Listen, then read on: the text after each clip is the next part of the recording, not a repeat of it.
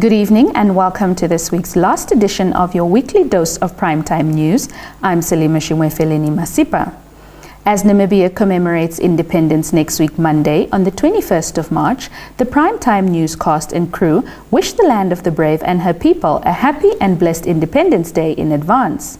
May we as a nation continue growing in strength and making our mark on the global stage.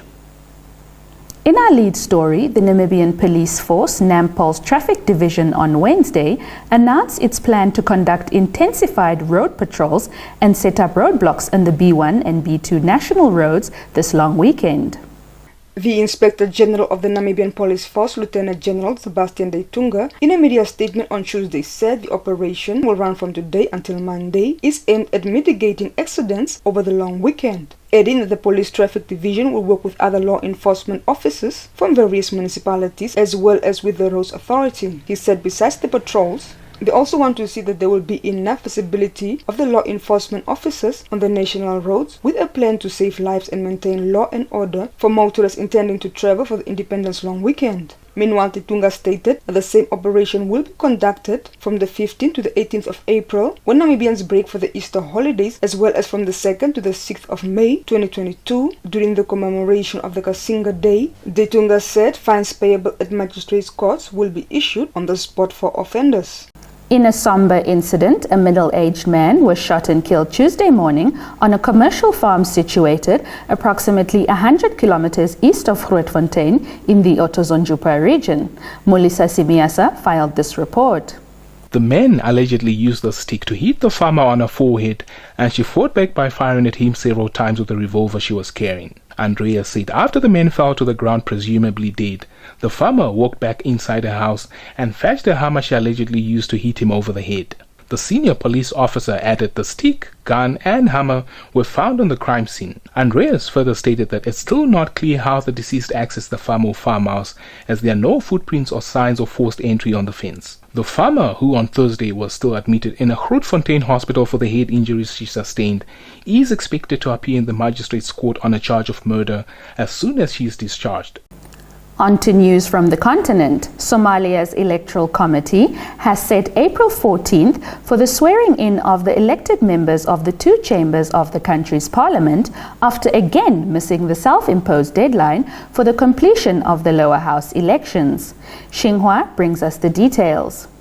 The Federal Elections Implementation Team revised the timetable for the completion of the remaining elections of 39 seats for the House of the People, the lower house. The elections were due to be completed on March the 15th. The Federal Elections Implementation Team said in its revised timetable released Tuesday evening that the swearing-in ceremony of the elected members of two chambers of Somalia's federal parliament will be held on April the 14th. The Electoral Committee said it expects elections to be completed by March the 31st, noting that all lawmakers of both houses will be summoned to Mogadishu, the capital of Somalia, by April the 4th, ahead of the swearing-in. Somalia, which has already missed several deadlines, expects to complete the remaining 39 of 275 seats in Hirshabelle, Jubaland, and Puntland states by the end of the month. Your top roundup is up next.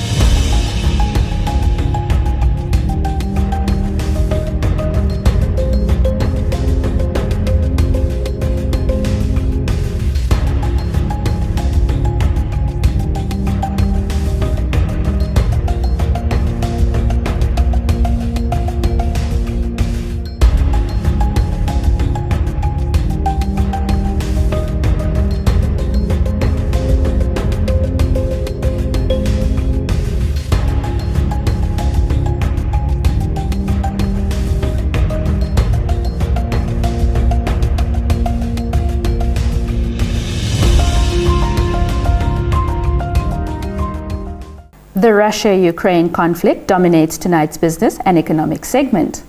Upmarket German car maker Audi on Thursday noted that uncertainty generated by the war in Ukraine necessitate the auto company not issuing a forecast for 2022 as a whole. Let's get more on this and other details from DPA. Chief Financial Officer Jürgen Rittersberger say they see evident strains on the production side in March and April from the company headquarters in Ingolstadt. Rittersberger added that he could not predict how the strains could be compensated for in the second half. CEO Markus Duesmann noted until now, the Volkswagen Group subsidiary had sourced its wire and harnesses, a key component in car construction, from Ukraine for all vehicles built in Europe. He added that suppliers in the war-torn country were attempting to maintain production. Audi suppliers in Romania, Hungary, Tunisia and Morocco are currently increasing production. Supplies are also coming in from China and Mexico.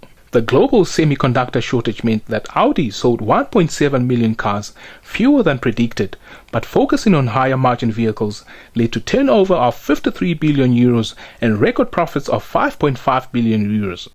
A forecast published by the Kiel Institute for the World Economy on Thursday noted that war in Ukraine is expected to halve economic growth in Germany in 2022. Let's get the finer details from DPA.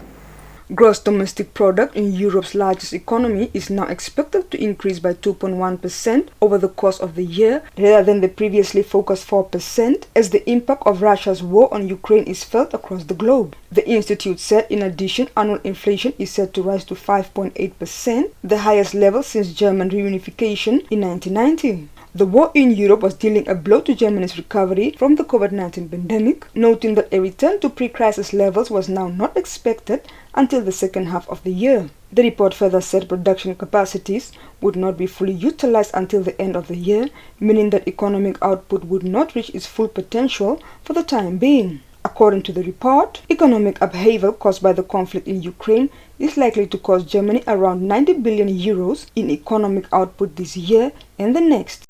With the business and economics news, we've come to the end of tonight's top news. Stand by for the economics roundup, followed by the weather forecast.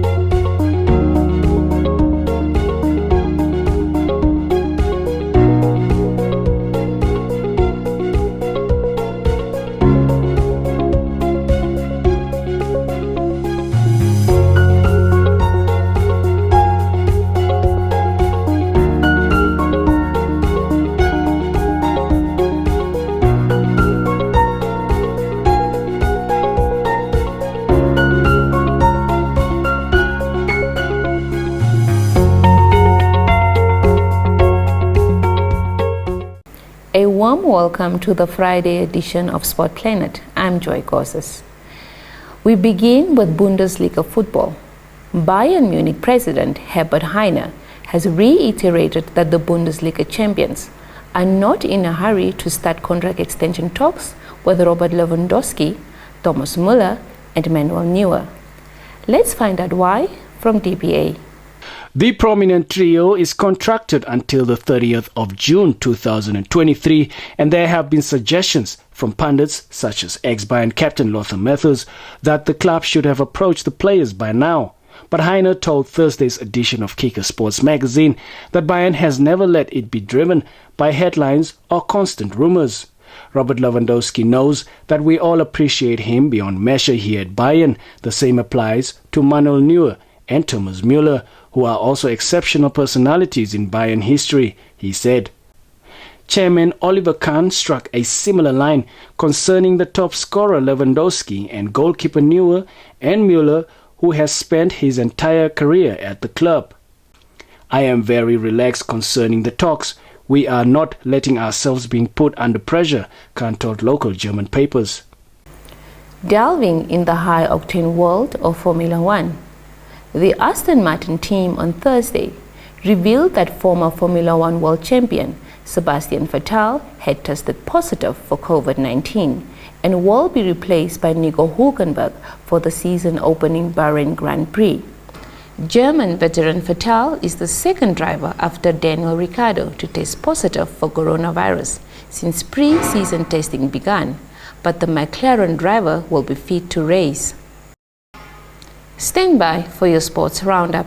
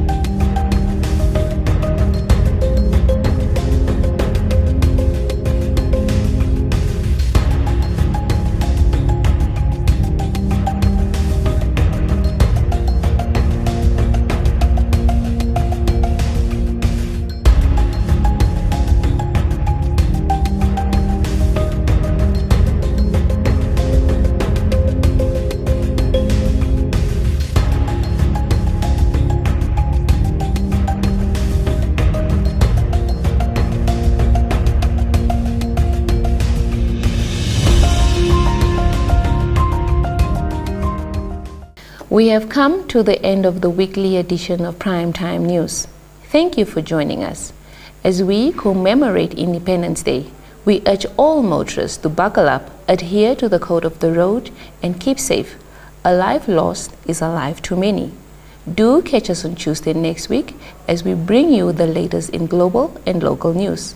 From myself, Joy Gosses, and the entire production crew, have a lovely long weekend.